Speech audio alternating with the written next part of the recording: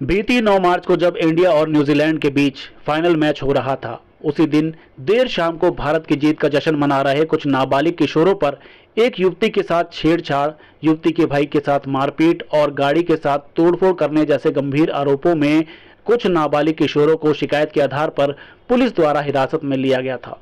इसी के चलते नाबालिग किशोरों के परिजन व उनके पक्ष के वकीलों द्वारा प्रेस वार्ता कर उनके बच्चों पर लगाए गए गंभीर आरोपों पर अपना पक्ष प्रेस वार्ता में रखा गया और बच्चों पर लगाए गए आरोपों को सिरे से नकारा। प्रेस कॉन्फ्रेंस रखी गई है, क्या मुद्दा है, किस कारण से रखी गई? सर, ऐसा है जी, हमारे बच्चों को झूठे मुकदमे में फंसाया गया है और जिसमें बच्चे सारे उसमें अंडर उसमें जुबलाइन है, टीनेज है और सारे बच्चे कोई बाहर पढ़ रहा है, सारे एजुकेशन कर रहे हैं। बाकी हमारे वकील साहब आपको बताएंगे। ओमिक साइट्स के अंदर 9 मार्च 2025 को एक स्क्रीनिंग लगाई गई थी मैच से रिलेटेड करके, और उसमें कुछ बच्चे गए थे, बहुत सारी भीड़ थी। उसमें गर्ग का व्यक्ति जो वहीं पर ही रहता है, गर्ग ने हिट एंड रन के केस में एक जुवेनाइल बच्चे के पैर पर गाड़ी चढ़ा दी और उससे तो उसकी एक्टिवा को भी नुकसान हुआ है, उसके पैर पर भी चोट लगी और फिर वो वहां से भाग गया, जिसकी क्लिपिंग है। और एक क्लिपिंग में वो डंडा लेकर बैठा हुआ है गाड़ी के अंदर और भीड़ बेकाबू हो गई और उसके बाद इसकी गाड़ी के शीशे तोड़े गए भीड़ बेकाबू होने की वजह से। और इसको 2 जुवेनाइल और कुछ अन्य किशोर बच्चों पर एक झूठी एफआईआर कराई है खेड़ीपुल थाना के अंदर। और आप इस मामले को कैसे देखते हैं? आप जैसे बता रहे हैं कि किस वजह से जो है बच्चों को फंसाया गया, क्या वजह है? इनका मोटिव क्या है ये तो ये बेहतर जानते होंगे। ये एक यूट्यूबर है और इंस्टा पर भी एक चैनल ये चलाते हैं, तो ये जो सस्ती पब्लिसिटी के लिए इस व्यक्ति ने ऐसा किया है, जबकि इन बच्चों का कोई कसूर नहीं है। और ये दिल्ली के अंदर खुद एक लॉयर है और लॉयर कानून का ज्ञाता होता है, उसके बावजूद भी इसने जुवेनाइल बच्चों का नाम newslaundry.com पर वेबसाइट पर के थ्रू इसने पब्लिश करवाया है। According to juvenile justice act ये क्राइम है जिसमें 1 साल की सजा का प्रावधान है। उस बाबत 36 वकीलों ने न्यूज चैनल और जर्नलिस्ट को नोटिस, डिफेमेशन के नोटिस भेज दिए गए हैं, उनको मेल भी कर दिए गए हैं। सर, जैसा आपने बताया किसी नाबालिग बच्चे का नाम उजागर किया गया और आपने एक नोटिस भी करा दिए गए। फिलहाल बच्चे वहां पर मौजूद थे या नहीं थे? बच्चे सीसीटीवी फुटेज में नहीं आ रहे हैं।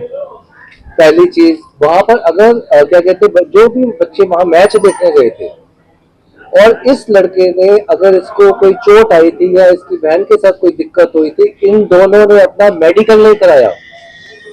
क्या वो किस उस वक्त नशे की हालत में था? अक्सर ऐसा होता है, कोई व्यक्ति अगर नशे की हालत में है तो वो अपना मेडिकल कराने से बचता है और पुलिस ने भी उसका मेडिकल नहीं होने दिया। तो पुलिस की भूमिका कहीं ना कहीं संदेहग्रस्त रही है, ऐसा लगता है, क्योंकि इससे निर्भय गर्ग ने अपने इंस्टा की साइट पर और यूट्यूब पर भी डाला है कि पर्टिकुलर 2 राजनेताओं का इसने नाम लिया है, कि इससे पता लगता है कि कोई पॉलिटिकल प्रेशर था वहां पर पुलिस अफसर पर। मामला कुछ ज्यादा बड़ा नहीं था, इसमें राजनेताओं का संलिप्तता कहाँ से आती है? आती नहीं है। देखिए, जिस 2 वीडियो में इंस्टाग्राम पर ये अपनी आईडी पर ये कहता है कि माननीय दिनेश अदलखा जी और माननीय विपुल गोयल जी, इन दोनों ने मुझे सहयोग और संरक्षण दिया। मैं आपके माध्यम से कहना चाहता हूं कि मुझे नहीं लगता ये दोनों राजनेता जो संवैधानिक पद पर हैं वो इन जैसे लोगों का सहयोग करेंगे। अगर फिर भी इसका जो है कहने का वीडियो में, मैं दोनों राजनेताओं से विनती करूंगा कि ऐसे लोगों का सहयोग ना करें, क्योंकि ऐसे ही लोग इन राजनेताओं की छवि को धूमिल करते हैं। क्या कुछ तथ्य मिले हैं इन बच्चों के खिलाफ? क्या ऐसे तथ्य मिले थे जो इनको गिरफ्तार किया गया, जिसके बिहाफ पे उन्होंने गिरफ्तार किया? कोई तथ्य बताए? ऐसे कोई तथ्य एविडेंस अभी तक हमारे पास या पुलिस ऑफिसर के पास अभी नहीं आया। अभी इन्वेस्टिगेशन पेंडिंग है। सर, जैसा आपने बताया इन्वेस्टिगेशन पेंडिंग है, आपने किन नेताओं के नाम लिया, किस आधार पे लिए हैं? कोई वीडियो है आपके पास? जी, वीडियो है, वो वीडियो है, मैं अभी आपसे शेयर करता हूँ। अब ये निर्भय गर्ग क्या करेगा, सारी वीडियो डिलीट करेगा, न्यूज चैनल भी डिलीट करेगा, पर इनको ये नहीं पता फॉरेंसिक लैब में भी भेजी जा सकती हैं चीजें, और हमारे पास सारी वीडियो सारे न्यूज सेव है। अब आपने प्रेस कॉन्फ्रेंस बुलाई है, आप क्या चाहते हैं? मीडिया के समक्ष आपने अपनी बातें रखी हैं। हम ये चाहते हैं कि पुलिस एफआईआर करे दोषियों के खिलाफ, उनको सजा दी जाए कि उन्होंने जुवेनाइल बच्चों का नाम लिया, प्लस उनको एक्यूज कह के संबोधित किया है।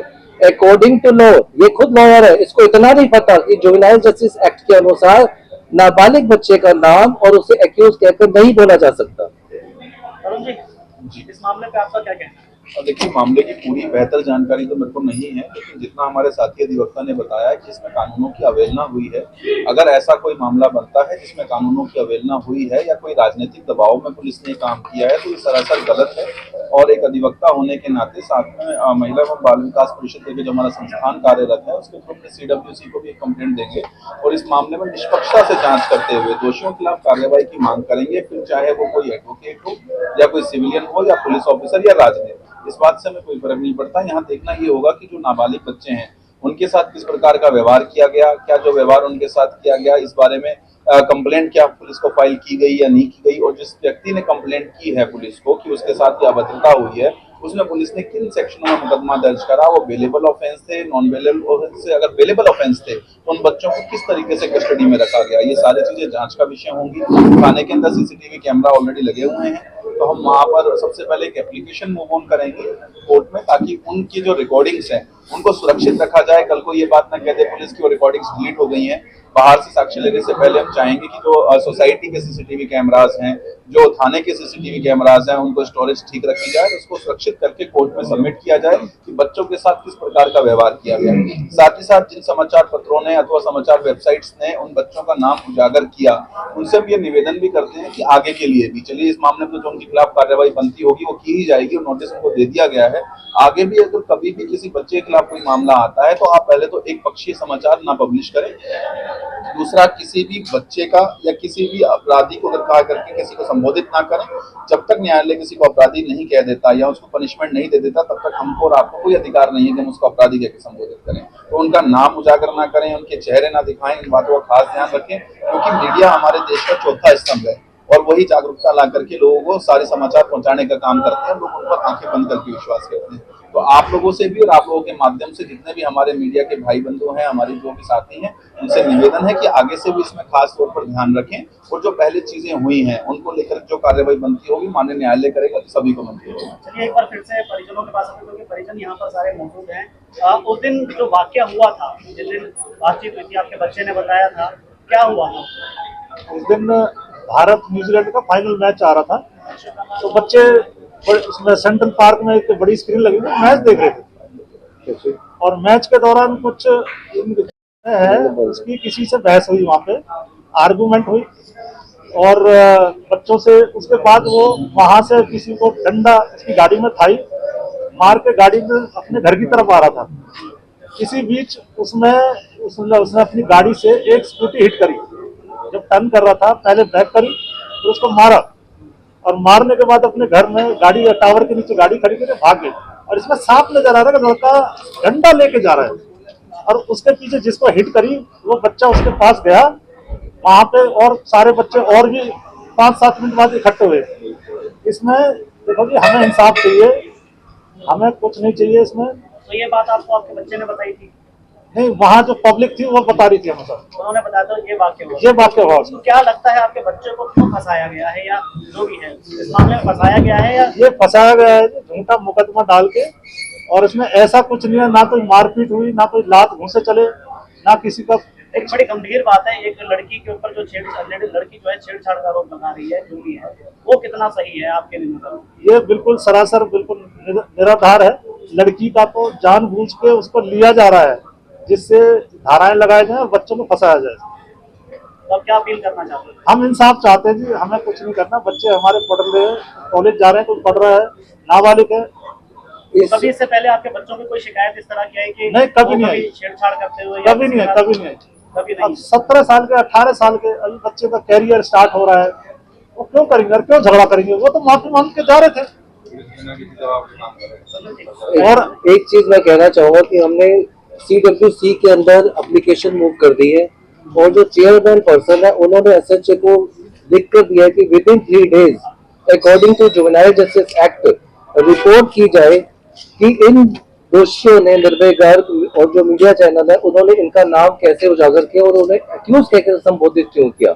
इसके अलावा सर, जो सोसाइटी ओमेक्स हाइट सोसाइटी के प्रधान है, उनसे भी क्वेश्चनिंग होनी चाहिए। ना तो उन्होंने एसएचओ साहब से परमिशन ली, ना डीसी, ना एसडीएम, ना एमसीएफ से, कि वो इतना बड़ा जलसा समारोह वहां पर कर रहे थे।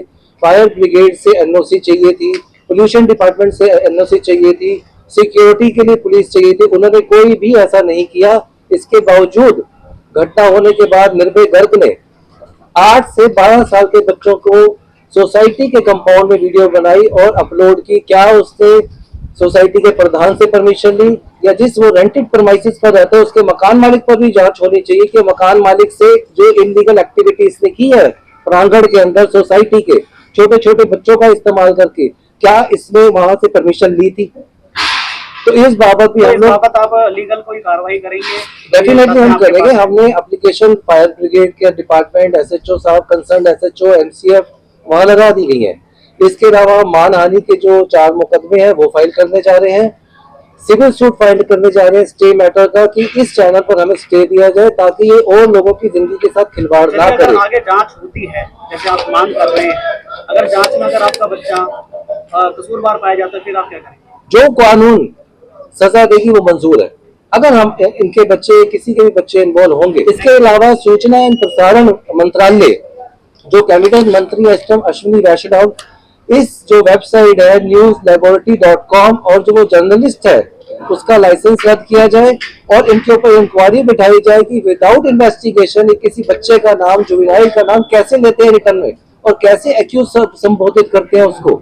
तो ये जल्द से जल्द सारी कार्रवाई की जाएगी, इंक्लूडिंग जो प्रधान है इस सोसाइटी का, उस पर भी जांच की जाएगी और उनके मकान मालिक पर भी जांच की जाएगी कि ये कैसे विदाउट परमिशन इलीगल एक्टिविटी कर रहा है सोसाइटी के अंदर। तीसरी बात, अभी तक पुलिस ने वो गाड़ी जो ये कहता है मेरी गाड़ी तोड़ी गई, आज भी सोसाइटी के यहाँ खड़ी है, ना प्रधान हटा रहा है, ना पुलिस केस प्रॉपर्टी को थाने लेकर जा रही है। तो ये सारी चीजें हो रही है, इससे साबित होता है कहीं ना कहीं कोई दबाव है और ये खुद एडमिट कर रहे हैं। उसके जो लोग इसको राजनेता हेल्प कर रहे थे, ये उनको भी उनकी छवि को धूमिल कर रही है आदमी।